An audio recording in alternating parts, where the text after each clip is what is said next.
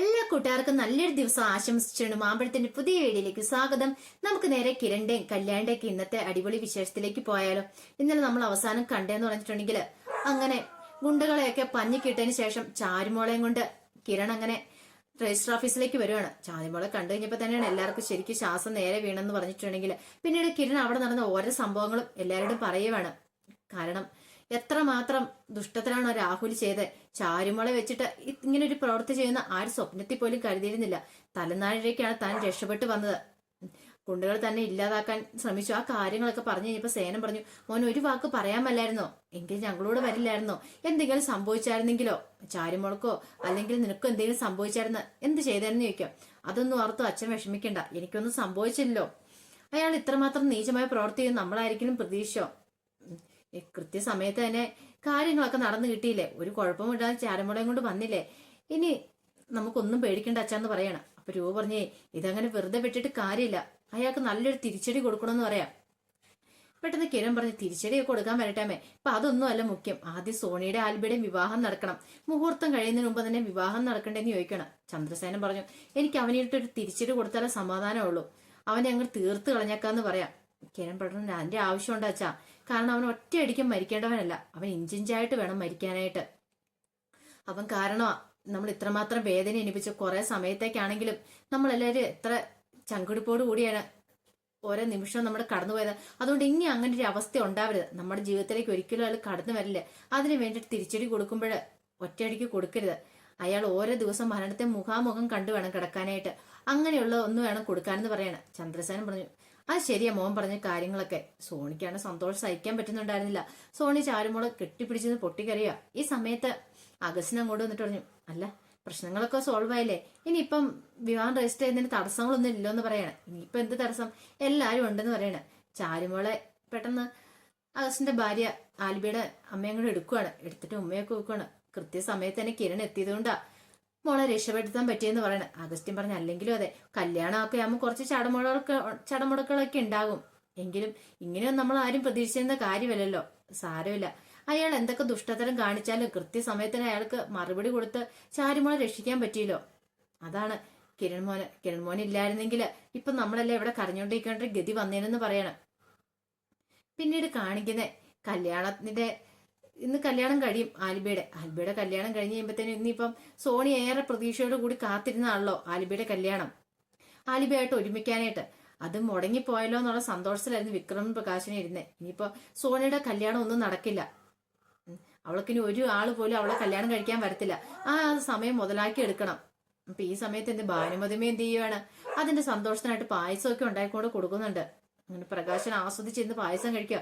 വിക്രം പറഞ്ഞു, അച്ഛാ ഇനി അവൾക്ക് ഒരു കല്യാണാലോചന പോലും വരില്ലെന്ന് പറയാം, അത് നീ വേണം നോക്കാനായിട്ട്. അവളുടെ കല്യാണം നടക്കാതിരിക്കാൻ വേണ്ടി എന്തു തന്ത്രങ്ങൾ നീ പ്രയോഗിക്കണം. ഇന്ന് തന്നെ ആൽബി ഉണ്ടല്ലേ വേറെ കല്യാണം കഴിച്ച് പോയില്ലേ, അതുപോലെ തന്നെ ആയിരിക്കണം ഇനി. ആരൊക്കെ അവളെ കല്യാണം ആലോചിച്ച് വന്നാലും അതൊന്നും നടക്കരുത്, നീ ആയിട്ടൊന്നും മുടക്കണം. ഇപ്പൊ നിനക്ക് പറ്റിയില്ലെങ്കിൽ നീ ചാരന്മാരെ വിട്ടിട്ടാണ് കാര്യങ്ങളൊക്കെ അന്വേഷിക്കണം എന്ന് പറയണം. ശരിയാണ് അച്ഛൻ പറയുന്നതെന്ന് വിക്രത്തിനും തോന്നി. അതൊക്കെ എനിക്ക് വിട്ടാന്നരച്ചാ എനിക്ക് എന്ത് ചെയ്യണം നന്നായിട്ട് അറിയാന്ന് പറയണം. പക്ഷെ ഒരു കാരണവശാലും അവരറിയരുത് നമ്മളെ കല്യാണം മുടക്കിയെന്ന്. അറിഞ്ഞിട്ടുണ്ടെ ആ സേനം വെറുതെ ഇരിക്കില്ല, അയാളുടെ സ്വഭാവം നന്നായിട്ട് അറിയാവുന്നതാണല്ലോ എന്ന് ചോദിക്കണം. അതൊക്കെ എന്നോട് പ്രത്യേകിച്ച് പറയേണ്ട ആവശ്യമുണ്ടോ അച്ഛാ, അതൊക്കെ ഞാൻ ആ കാര്യമൊക്കെ ഏറ്റെന്ന് പറയണം. എന്റെ അടുത്ത് അവളുടെ ഒരു കളി, നമുക്കങ്ങനെ ഇതങ്ങൾ ഒന്നുകൂടി ആഘോഷിക്കണ്ടേന്ന് ചോദിക്കും. പിന്നെ ആഘോഷിക്കേണ്ടെന്ന് അതിനല്ലേടെ അമ്മ പായസമൊക്കെ വെച്ചോടെ തന്നേക്കെന്ന് ചോദിക്കുകയാണ്. അങ്ങനെ അവർ പായസമൊക്കെ കുടിച്ച് ആഘോഷിച്ചിരിക്കുകയാണ്. ഈ സമയത്ത് അഗസ്റ്റ് മണി, അതെ സമയം എത്താറായി, മുഹൂർത്തങ്ങൾ നമുക്ക് രജിസ്റ്റർ ചെയ്യേണ്ടതെന്ന് വെക്കുക. ശരി ശരി വാന്നും പറഞ്ഞ് എല്ലാവരും കൂടെ ഹാളിനകത്തേക്ക് അങ്ങോട്ട് കയറി പോവാണ്. അങ്ങനെ സോണിയുടെ രജിസ്റ്റർ വിവാഹമൊക്കെ മംഗളകരമായി നടക്കുവാണ്. ഇനിയിപ്പോ ഫുഡൊക്കെയാണ്. ഈ സമയത്ത് രൂപയുടെ അടുത്തേക്ക് കല്യാണി വന്നിട്ട് പറഞ്ഞു, അമ്മ എനിക്കൊരു കാര്യം പറയാനെന്ന് പറയും. എന്താ മോളെ, എന്താ പറയാനുള്ളത്? ഇനിയിപ്പൊ നമ്മളിങ്ങനെ മുന്നോട്ട് പോയിട്ട് കാര്യമില്ല.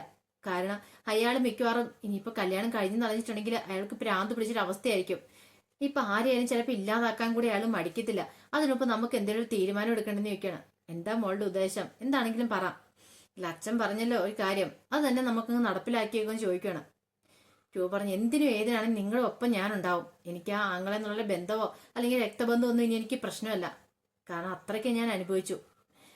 ഇന്നലെ വരെ ഒരു കുഴപ്പമില്ലായിരുന്നു, പക്ഷെ അയാൾ ചെയ്ത ദുഷ്ടത്തിലുണ്ടല്ലോ അതൊന്നും ഒരിക്കലും പൊറുക്കാനും മറക്കാനും പറ്റാത്ത കാര്യമല്ലെന്ന് പറയാണ്.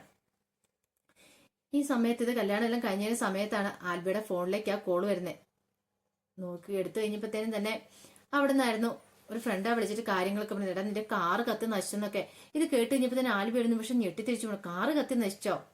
അപ്പോഴാണ് അവിടെ എല്ലാവരും സത്യങ്ങൾ അറിയുന്നത്. ഒരുപക്ഷെ ഇതും രാഹുലിന്റെ പണിയായിരുന്നു.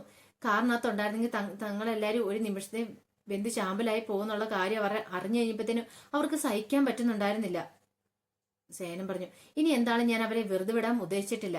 ഇത്രയും മാത്രം ചതിയൊക്കെ ചെയ്തിട്ട് അവനെ അടങ്ങിയിരിക്കാറായില്ലെങ്കിൽ അവൻ എന്ത് ചെയ്യണമെന്ന് ഈ സേനൻ അറിയാന്ന് പറയണം. കിരൺ വന്നിട്ട് വേണ്ടച്ചാ, ഇപ്പൊ അച്ഛൻ ഒന്നിനും പുറപ്പെടണ്ട. എന്ത് ചെയ്യണം ഞാനും കല്യാണിയും കൊണ്ട് തീരുമാനിക്കട്ടെ. അച്ഛനും അമ്മയും ഒന്നിച്ചിട്ട് കുറച്ച് നാളിലേ ആയുള്ളൂ. നിങ്ങൾക്ക് രണ്ടുപേർക്ക് സന്തോഷത്തോടെ ജീവിക്കണ്ടേ. അവനെ ഒറ്റയടിക്ക് തീർത്ത് ജയിലിൽ പോയി കിടക്കാനാണെങ്കിൽ പിന്നെ അമ്മ അച്ഛനും കൂടെ ഒന്നിക്കേണ്ട ആവശ്യമില്ലായിരുന്നല്ലോ. അതൊന്നുമല്ല, അവന് കൊടുക്കേണ്ട വേറെ നല്ല പണിയുണ്ട്. ആ നമുക്ക് അങ്ങോട്ട് കൊടുക്കാന്ന് പറയാണ്. പിന്നീട് അവർ രണ്ടുപേരും കിരണും കല്യാണിയും കൂടെ നേരെ മനോഹറിന്റെ അടുത്തേക്ക് ചെല്ലുന്നത്. മനോഹറിന്റെ അടുത്ത് തങ്ങളുടെ പ്ലാനുകളും പദ്ധതികളൊക്കെ പറയുവാണ്. മനോഹരനോട് എന്തെങ്കിലും പറഞ്ഞു കഴിഞ്ഞിട്ടുണ്ടെങ്കിൽ പിന്നെ അയാൾക്ക് സാധിച്ചു കൊടുക്കാതിരിക്കാൻ പറ്റില്ല. എന്തെങ്കിലും രോ പറഞ്ഞിട്ടുണ്ടെങ്കിൽ അത് മതി. കിരൺ തന്നെ എടുത്തിട്ട് പെരുമാറുന്ന മനോഹറിന് നന്നായിട്ട് അറിയാം. അതോടൊപ്പം തന്നെ തന്റെ കല്യാണ കഥകളെല്ലാം അവർക്ക് അറിയാവുന്ന കാര്യമാണ്. അതെങ്ങാനും വന്ന് തന്റെ അമ്മായച്ചനോട് പറഞ്ഞിട്ടുണ്ടെങ്കിൽ വീട്ടിൽ വലിയ പ്രശ്നവും. താൻ ആ നിമിഷം തന്നെ ഇവിടെ നിന്ന് ഇറങ്ങേണ്ടി വരും. അതൊന്നും നടക്കാൻ പാടുള്ള കാര്യമല്ല. പിന്നീട് മനോഹർ ഉറപ്പെടുത്തു, എന്ത് കാര്യം വന്നാലും ഞാൻ നിങ്ങളുടെ ഒപ്പം നിൽക്കുള്ളൂ. ഇപ്പൊ തന്നെയാണെങ്കിലും എന്റെ അമ്മായിപ്പന് പ്രാന്താന്ന് വീട്ടിലുള്ളവരെ എല്ലാരും വിചാരിച്ചുകൊണ്ടിരിക്കണേ. ഞാൻ അങ്ങനെ വരുത്തി തീർത്ത് വെച്ചേക്കുക. അതുകൊണ്ട് ഇനിയിപ്പം എന്റെ വാക്കിനായിരിക്കും അവിടെ വിലയുള്ളത്. അല്ലെങ്കിൽ ഇപ്പൊ പണ്ടത്തെ പോലെ ഒന്നും അല്ല. അച്ഛൻ ആ കുടുംബത്തിൽ ഒരു വിലയില്ലെന്ന് പറയാണ്. നമുക്ക് എന്ത് കാര്യം വെള്ളം നടപ്പിലാക്കാന്ന് പറയാം. അങ്ങനെ തങ്ങളുടെ മനസ്സിലുള്ള ഐഡിയാസ് ഒക്കെ കിരണും കല്യാണിയും മനോഹറിനോട് പറയണം. ഇതെല്ലാം കേട്ടിട്ട് മനോഹർ പറഞ്ഞു, ശരിയാണ് നിങ്ങൾ പറഞ്ഞത്. അയാൾ ഇനി ജീവനോട് ഇരിക്കുന്ന തന്നെ എനിക്കൂടെ ആപത്താണ്. അയാളെ എത്രയും പെട്ടെന്ന് അവസാനിപ്പിക്കാൻ എനിക്കിഷ്ടം. പക്ഷെ അയാളെപ്പോൾ ദുഷ്ടന്, അയാൾക്ക് ഇതൊന്നും കിട്ടിയാ പോരാ എന്ന് പറയണേ. എന്ത് സപ്പോർട്ട് വേണം എന്റെ ഭാഗത്തുനിന്നുണ്ടാവും. നിങ്ങൾ ധൈര്യമായിട്ട് ഇരുന്നോളാൻ പറയാണ്. പിന്നീട് നേരെ രാഹുലിന്റെ അടുത്തേക്ക് ചെല്ലുവാണ് മനോഹർ. ഈ സമയത്താണ് രാഹുൽ ആകെപ്പാടെ സമനില തെറ്റിയ പോലെയായിരുന്നു. കുഞ്ഞിനെ തട്ടിക്കൊണ്ട് പോയിട്ട് കിരൺ വന്ന് രക്ഷിച്ചെന്നുള്ള കാര്യം രാഹുൽ അറിയുവാണ്. രാഹുലിന് സഹിച്ചില്ല.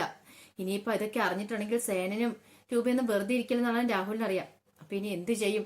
അവരിങ്ങോട്ടെങ്ങാനും വന്നൊരു ആക്രമണം ഉണ്ടാകുന്നതിന് മുമ്പ് ഇവിടെ സ്ഥലം കാലിയാക്കുന്നല്ലേ നല്ലത്. മുമ്പുള്ള അനുഭവങ്ങളൊക്കെ രാഹുലിന് പെട്ടെന്ന് മറക്കാൻ പറ്റുന്ന കാര്യമില്ല. പിന്നീട് അകത്തേക്ക് എന്നിട്ട് ശാരിയോട് പറഞ്ഞു, അതെ നമുക്കൊരു സ്ഥലം വരെ പോണെന്ന് പറയണം. മോളെയും കൂട്ടിക്കോളം പറയണം. എങ്ങോട്ടാന്ന് ചോദിക്കണം. അതൊക്കെ പിന്നീട് പറയാം. ഇനി ഇവിടെ നിന്ന ആപത്താന്ന് പറയണം. പക്ഷെ അവരോർത്തെന്താ സമനില തെറ്റി ഇങ്ങനെ രാഹുൽ ഓരോ കാര്യങ്ങൾ പറയുന്നതെന്നാ. ദേ ഞങ്ങൾ എങ്ങോട്ടും ഇല്ല, നിങ്ങൾ വേണേ പൊക്കോളാൻ പറയണ. ഞാൻ പറയുന്ന അനുസരിക്ക് ശാരി എന്ന് പറയണ. നിങ്ങൾ ഓരോന്നൊക്കെ ഒപ്പിച്ചു വെച്ചിട്ട് ഇനി നിങ്ങൾ പോകുന്ന പറയല്ലേ ഞാൻ വരാനായിട്ട് ഇരിക്കുവാണോ? അതുകൊണ്ട് നിങ്ങൾ ഞങ്ങളെ നോക്കണ്ട. നിങ്ങൾക്ക് എവിടെയെങ്കിലും പോണേ നിങ്ങൾ പൊക്കോളാൻ പറയണം. രാഹുലിന് പിന്നെ എന്ത് ചെയ്യണമെന്ന് അറിയത്തില്ലാത്തൊരവസ്ഥയായിപ്പോയി. കാരണം താനായിട്ട് ഒപ്പിച്ചു വെച്ചാണ്. ഇനിയിപ്പോ സേനനും കിരണും അവരെല്ലാം കൂടെ എത്തുന്നതിന് മുമ്പ് എങ്ങോട്ടേലും രക്ഷപ്പെട്ടേ പറ്റുള്ളൂ. ഇല്ലെങ്കിൽ തന്റെ ജീവൻ അപകടമാണെന്ന് തന്നെ അയാൾക്ക് മനസ്സിലായി. അപ്പൊ അതിന്റെ വിശേഷങ്ങളൊക്കെ എന്ന് കാണിക്കുന്നു പറഞ്ഞിട്ടുണ്ടെങ്കിൽ ഇനിയിപ്പം സേനനും കിരണും രൂപ എല്ലാവരും കൂടെ വന്നിട്ട് രാഹുലിനെ അങ്ങോട്ട് പഞ്ഞിക്കിടുന്നുണ്ട്. രാഹുലിന്റെ കാര്യത്തൊരു തീരുമാനം എഴുന്നേക്കാൻ വയ്യാതെ ഒരിക്കൽ പോലും ഇനിയിപ്പോ ജീവിതത്തിലേക്ക് ഒരു മടങ്ങി വരവ് ഉണ്ടാവാത്ത രീതിയിൽ രാഹുലിനെ ഇല്ലാതാക്കാൻ ശ്രമിക്കുകയാണ്. അതിന്റെ വിശേഷങ്ങളൊക്കെ കാണാൻ പോകുന്നു പറഞ്ഞിട്ടുണ്ടെങ്കിൽ അപ്പൊ ഇത് പ്രൊമോ വിശേഷം കൂടെ ഉൾപ്പെടുത്തിക്കൊണ്ട് പറഞ്ഞ കേട്ടോ. അപ്പൊ ഇനി ഫുൾ വിശേഷം വന്നു കഴിയുമ്പോൾ എന്തെങ്കിലും മാറ്റം ഉണ്ടെങ്കിൽ അതോട് കൂടി ഞാൻ അപ്ലോഡ് ചെയ്യാം കേട്ടോ. ഒരിക്കൽ കൂടി എല്ലാവർക്കും നല്ലൊരു ദിവസം ആശംസിച്ചുകൊണ്ട് നിർത്തുന്നു. നന്ദി.